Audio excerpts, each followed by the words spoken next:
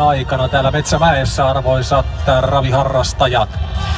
Tammojen viimeinen ponnistus Metsämäessä 2016 vuoroon lähtöautoliikkeellä 3100 metriä Suomen hevostammat ryhmäajolla. 1 Akasia, 2 Huimariina, 3 Saga S, 4 Joivi, 5 Suvi Kevätön, 6 Hissun Virva, 7 Martsa, 8 Tuli Karkelo, 9 Virin Kamilla, 10 Pörnä Tyttö, 11 Noriko, 12 Ryti Tyttö.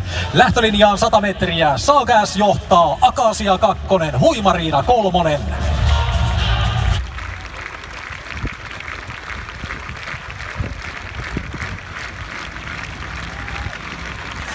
Ja tästä liikkeelle taistelu seppeleestä alkaa ja se alkaa laukalla numeron 2 Huimariina osalta. Huimariina hakee edelleen ravirytmiään ja kärki karkaa kauas. Se karkaa 70 metrin päähän ja kärjessä kaarteeseen numero 1 Akasia. Tuntumassa tulee toista rataa 3 Saga S.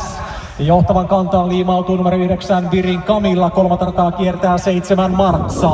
Toista rataa pitkin toisena 6 Hissun Virva, kun sisään kolmanneksi etenee numero 10 Pörnä Tyttö, tätä varjostaa 11 Noriko. Seuraavana tulee toista rataa pitkin 4 Joivi ja Martsa iskee 3 eteenpäin, tekee sen väellä ja voimalla avauspuolikas Tammojen päätös osa matkalle 24-5. Ja numero 1 Akasia on torjunut numeron 3 Saga S ja näin numero 7 Martsa kiertyy johtavan kupeelle.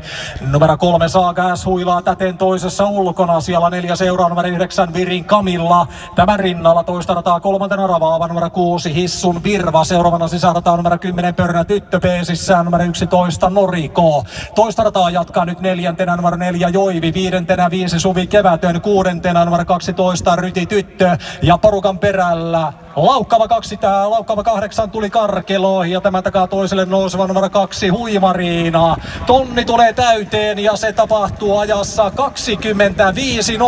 25.0. Tämän matkan ja lähetystavan Tammojen Suomen ennätys on juuri tuo 25.0. Kierros takana, 2 vielä edessä ja rinnakkain menevät kaarteeseen 1 Akasia, 7 Martsa. Pohjanmaan Tammat vääntävät. Numero 3 Saga seuraa toisessa ulkona, johtavaan ei pidä tuntumaan numero 9 Virin Kamilla. Toista rataa tulee edelleen 3 numero 6 Hissun Virva, 4 4 Joivi, 5 5 Suvi Kevätön, 6 12 Ryti Tyttö, 7 2 Huimariina, 8 Tuli Karkelo. Tytön takana sisärataa 4 numero 11 Noriko.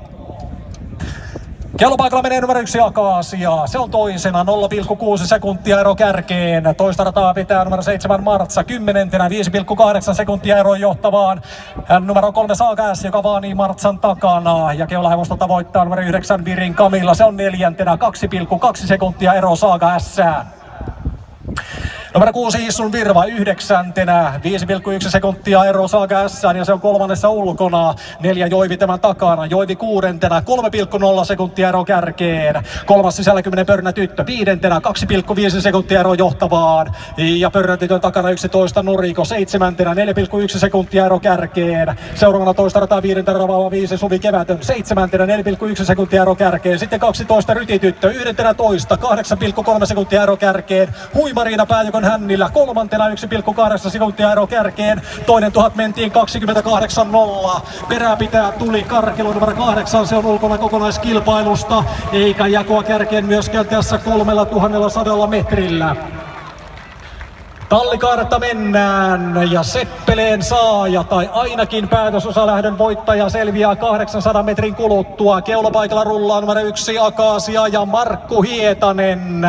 Faari janoaa pitkän ja kunniokkaan uransa ensimmäistä titteliä. Toista rataa vetää numero 7 Martsa, 8 Tuli Karkelo laukkaa hännillä. Ja Martsan takana jatkaa numero 3 Saga S. Sillä on maukkaat asetelmat ja tämä ero riittäisi sille titteliin, kun 28.0 juoksun 5. puolikas.